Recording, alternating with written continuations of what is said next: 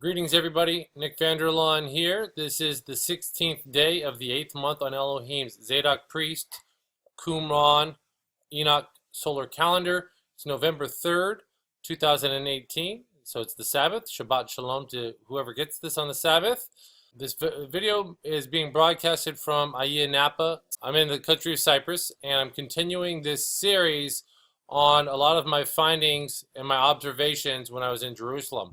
This video is titled Physical Proof Temple Mount is Fortress Antonia. This is a video series that I have going called Finding the True Temple Mount. Again, these are my observations during my time in Jerusalem, and they have turned now into a search for the true Temple Mount. This was not the intent of my journey or stay. Please know again that my primary search is seeking the heavenly temple, the millennial temple. We are the temple of the living Elohim. That is the temple that I search for. But this happens to have been observations that I just made during my 3 months that I was living in Jerusalem with my family. And I recommend that you watch this series in order, starting from the intro and working your way down. In my last video, the real Temple Mount equals the mountain of the house, which is part 3 of this series. I ended up with this image right here, talking about this image, and this video is going to be on this image because I believe my finding turned out to be physical proof that what they call the Temple Mount or Haram al-Sharif is really Fortress Antonia. So from my last video, just to recap real quick, the Temple Mount is a trapezoid in shape, and here's another angle of it. It's a trapezoid in shape, and the trapezoid, this is a very similar shape or footprint. This is like a trapezoid here almost. This is a rectangle, might be a trapezoid. This is a rectangle. This could be a trapezoid right here. These are different renditions from Roman fortresses found in Europe. So these are the Legion fortresses. So you have to watch my previous video and then you'll get this, okay? But that's leading up to this. Also, in that video, this is where I found the stone. We're going to watch the video where I found the stone right now. And then I'm going to go ahead and explain this stone to you guys. Okay, so here we are inside the Mikvah Trail. Okay, and some interesting stuff. We're going to look to see how a lot of these stones were reused or repurposed to create buildings and structures. You know, obviously you can see the different types of stones that were used building to rebuild the Roman fortress for the Ottoman Empire. So they repurposed a lot of stones thrown down. Okay, I don't see any signs about this, but this again is probably a stone from the Roman fortress, Fortress Antonia. As you can see, this wreath here, and when we close up on the reef, you can see there was some sort of cross here into 4 different sections, quadrants, and it probably had something hanging here down that was chiseled or broke off. But as you can see, this is a stone that was repurposed from the ancient fortress, Roman fortress, Fort Antonia. So I don't believe that this inscription would have been on the temple. Again, we don't know what these are, but as it comes here, the matching stone that was or a continuation stone is not on the same level, but here is another stone of that same style that was repurposed and put here on this wall. So it's interesting finding what stones are Roman, what stone from the Roman fortress, and what stones were repurposed later throughout the centuries later. Okay, so now that you guys have seen my real live footage as I was filming this, I literally stumbled across it like that stone right before I made that video. I'm completely unaware of anybody else documenting this stone, even though it's right there. As you guys can see, it's right there in a highly trafficked area in Mikvah Park, which is just on the south wall, just south of the southern wall of the Temple Mount. And what we have here, as you can see, there's also that other continuation stone that we'll go ahead and I'll get into that you saw as well. So there were 2 stones, this stone and the other one. And what I want to examine really is this relief that's here. Now, this is not an engraving. it was engraved, but it's a relief. It comes off of the stone. It's not engraved into the stone. So this is not something that you could just attach on. It's part of the stone that was chiseled out. And I told you I had ideas regarding in my previous video that this was a standard. I said that there wasn't an eagle on this. I made some other observations, and we're going to go examine my observations that I made. So my question to you is, as you can see right here, this whole area right here, why would someone remove only these areas down here, this whole area here? Why would someone just chisel all of this off of this stone and leave only the foliage and flower designs, the floral designs, as you can see here, and the wreath right here? Why would they leave this and remove this area, the area that's highlighted in red, and only leave the flowers? Well, because I believe, because any image of humans and animals in Islam is forbidden. And considering Jerusalem was under Muslim rule for many, many centuries, and the foliage and floral design was left on this relief, that means an unknown image was removed. And the only conclusion one can make is that the image or images right here, right, because there was one here at the bottom and then this big thing right here, that were removed were of a human or of an animal, because it's forbidden in Islam. So after my last video, if you watched my last video, I said I believed it to be a Roman standard, but no eagle. And then I showed my daughter the video that I had just made, my 9-year-old daughter, and I showed her this picture. And after sharing the video, my 9-year-old daughter Naomi, she spotted something that could, I believe, be a wing of the eagle. And so if you can look here at the circular design, these two floral patterns, I don't know if they're crosses or they made the crosses flowers to look like a cross. If you notice that they're symmetrical in shape, they're a perfect circle. Just like the wreath is a perfect circle, they're a perfect circle. And look at how much of the space hugs the rim or the wreath. Even here as well, look at the contact here. Look how close it is. Look how close it is to the wreath in this area. When you look at this right here, even though it's been chiseled out, look at this shoulder right here. Look at the shoulder. That's what I want to bring your attention to. Look how farther apart it is from this area here. It could be the angle, but it might not be the angle, because look at how it curves in. It doesn't curve in all the way.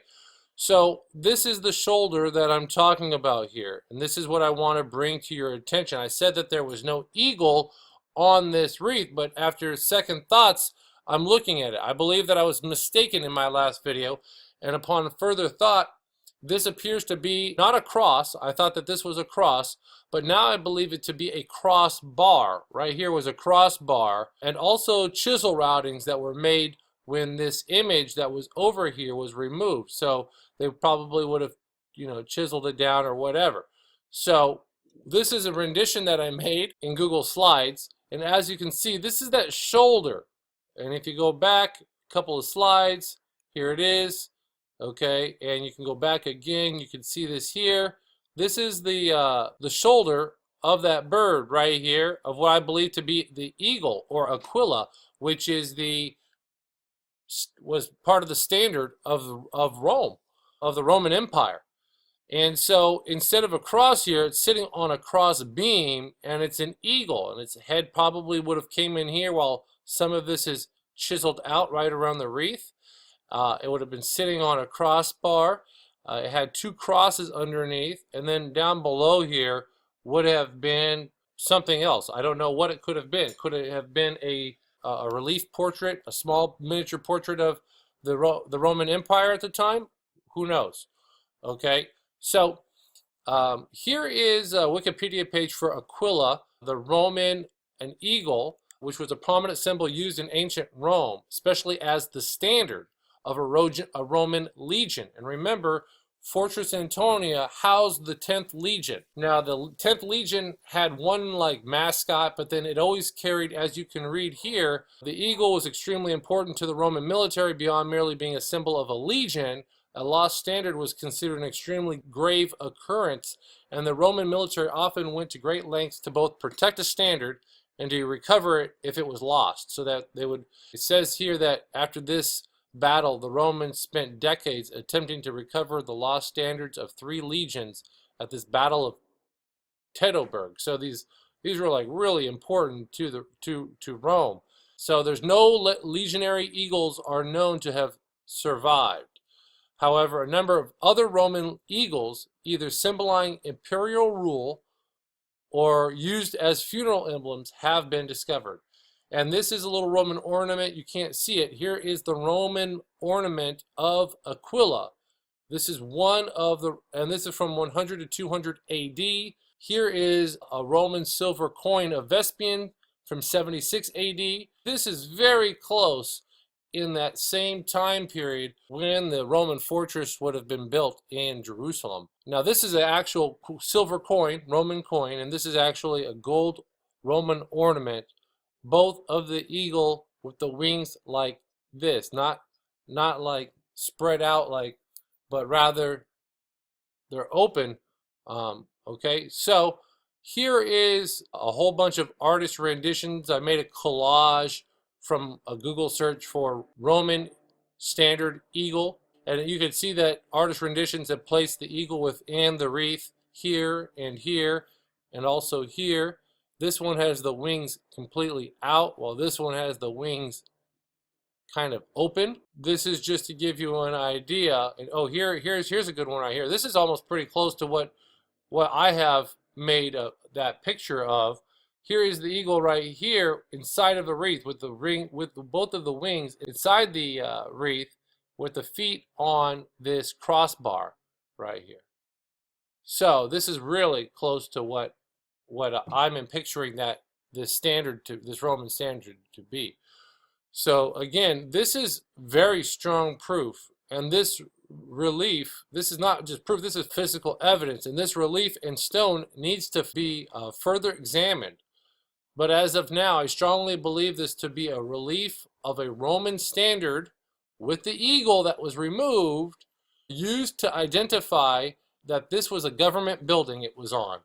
So I believe that the government building that this Roman standard was on was the building of the legion fortress Fort Antonia, and that this Roman standard relief was a part of a motif on the railing or crown molding that wrapped around and decorated the top part or the crown of the fortress.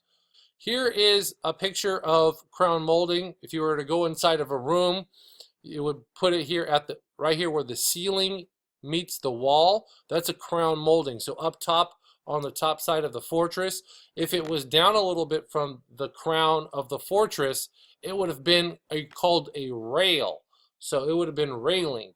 So it would have been a rail on the side of the fortress, decoration, and that this would have been a motif, but it also would have been, like I said, a fingerprint. So here is that matching piece from the video that I saw, and as you can see, the clarity on this isn't as good as this video here.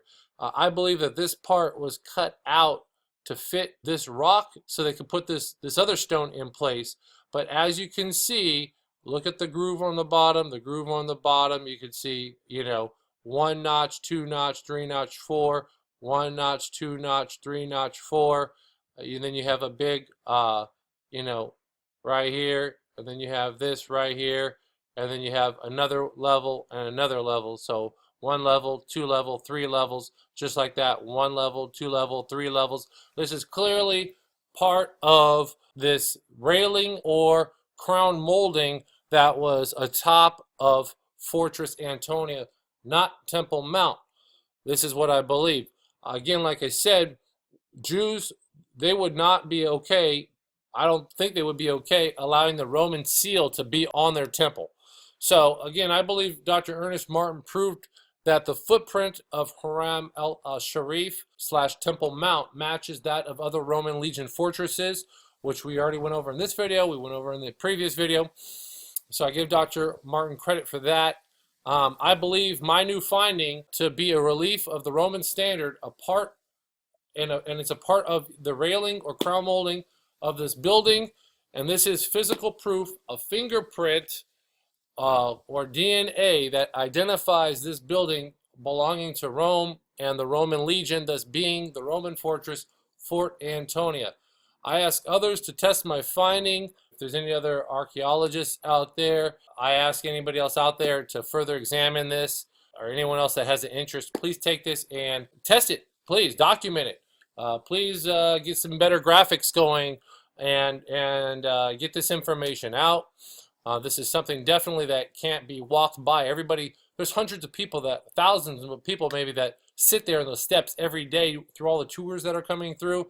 They have no idea what they're seeing, but I think, this is it. So this Roman standard relief that I located or identified just inside Mikvah Trail. As you come inside Mikvah Trail Park, it's right there. Hallelujah, all praise to Yah.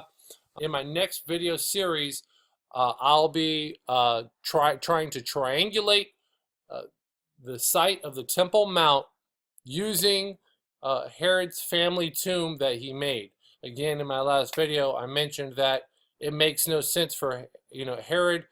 He was an Edomite, and it makes no sense for Herod to point the direction of his family tomb that he made for his family members at his palace. Rather, he knew the customs, being the king of the Jews. King Herod, he knew to point it at the temple. Even though he was an Edomite, he knew the traditions. And so I want to bring a land surveyor along. If anybody else is a professional land surveyor that has the equipment, welcome aboard. Please take this baton and go forward with this information. I'd love to see your findings regarding that. Maybe we can meet up in Jerusalem on next Passover if we be here. So I'm signing off now from Indianapolis, Cyprus. Hopefully you guys are blessed by this video and having a great Sabbath. If you get it on the Sabbath, if not, so be it. And Shabbat Shalom to you. And I'm signing off.